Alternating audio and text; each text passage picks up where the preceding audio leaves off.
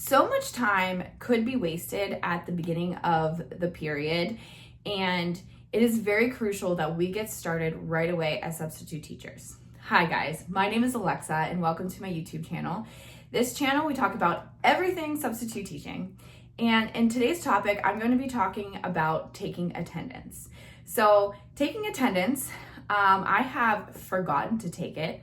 I have taken it too early. I have taken it and half the students weren't on the roster and whatever. And as a substitute teacher, you know that taking attendance is actually kind of difficult, or it can be difficult when it's actually really simple. Anyways, I have 6 different ideas on how you can take attendance for yourself. Taking attendance, there's not like one way that you should do it. There's not a right way or a wrong way. It's just make sure you get it in and you're good to go. Another thing to know as a substitute teacher is that, like for example, my school that I now work at, when I was a sub, and for teachers too, the most important time that you take attendance is like first period and homeroom, because then they get a count for all of the students who are in the building. And then once the other students who came late came in, they were able to just like mark them tardy. Other schools, they want you to have every single period to take attendance, which you should be taking attendance every single period. But what I mean is like, it was crucial that like they knew where the students were in second period, third period, fourth, fifth, sixth, seventh, eight, nine. So all schools are different for that. However, you are your own individual person, and however you would like to take attendance and however it works out for you is what you do. So these 6 tips will help you take attendance. So the first one I have for you is when you are greeting the students, you can take the roster and you can ask their names and mark them down. So with that, I really like that idea, and I have done this before. I feel like the downfall is that it will be clouding up the hallway and the door, and you might even miss a couple students, which is okay. You can get them when everyone comes in the room for class, but I just feel like that would crowd a space and it would be hard for others to get around or get into the door. Just an option. It's a good way for you to greet the students and say their names as they give you their name as well. Okay, number 2, have a trusted student help you with this. Now, this one can be controversial.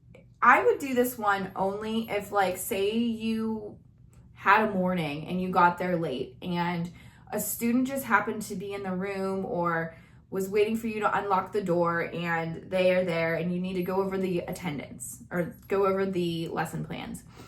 What you could do is you could ask the student their name and then say, hey, would you mind, as your classmates come into the classroom, that you just mark off their names, and then once everyone's here or the bell rings, can you just hand me the sheet? And that's an easy way to get attendance done.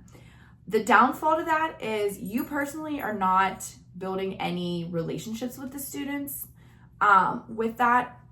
So like when you have say the nurse calls and they say, hey, can I have Jonathan for his hearing test? And you're like, Jonathan, where's Jonathan? You don't really know, because like you didn't go like, okay, Jonathan, and he said here, and then you can memorize his Pokemon shirt for the day, you know, something silly to help you remember their names. And that's a hard one to do that with, but if it helps you, more power to you. Number 3 is have students write down their names. This one, I think a lot of other substitute teachers do, especially like if you're in a study hall and there's like 80 kids, which I have had. They come in, they write their names down, and you're good to go. There's other ones where sometimes, this has happened to me too, where I go to take attendance and it's second semester and I don't realize that the teacher didn't give me the new roster. So you have the wrong roster. So then I would go and write their name down. A lot of substitutes don't like this one, mainly because class clowns, people who are going to put Taylor Swift, John Travolta, and like other things, or inappropriate names, things, and sometimes you just don't feel like dealing with that. But I would say this is a really good one to go to if you do not have a roster. Maybe you came in late and you're like, here, just write your name down. I need to figure out what you're doing really quick. Whatever, it works. Another one is to say their names out loud. You could stand there and you can say Bueller, Bueller, Bueller, or you can just go around, say their names. Honestly, the kids are pretty good. Other than the talking, they're pretty good at saying that they are here for the day. This one I think is an original way of taking attendance for substitute teachers. And it's a good way to, if you pronounce a student's name wrong, they can correct you on it, and you would be able to, what I like to do in that situation, which this happens to me a lot, especially with students who are not from the United States. They have very awesome and unique names. What I've done is when I say their name and they're like, oh no, that's not how you say it, I just write their name down phonetically. Another way is when a student comes in and they're doing their work, you had already said the expectations, you said your name, and the students are getting out their work, they're doing their work. You can walk around, what the heck? You can walk around and get their names that way. And I like this way because it gives you rapport. I don't know the correct pronunciation of that word. It's rapport.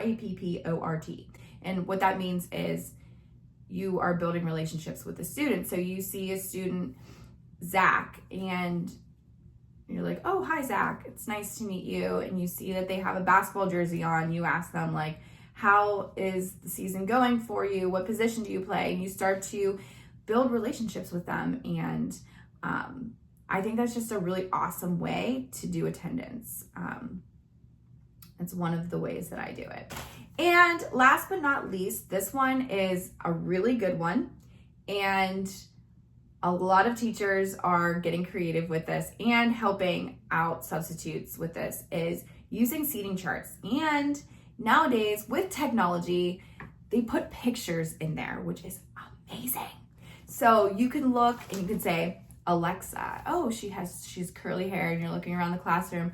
Oh, there she is. Okay, she's here for the day. It's so easy. And you can see the class, how the class is laid out. Oh, it's so nice.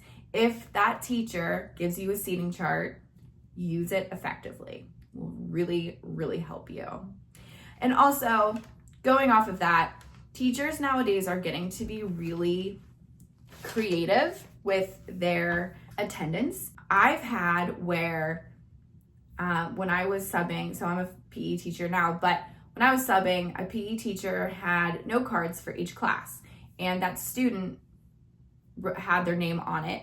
And as they came in, they would find their name on a note card and hand it to me, and then that's how I took attendance. So if there was 3 that were not picked up, that was why they're absent.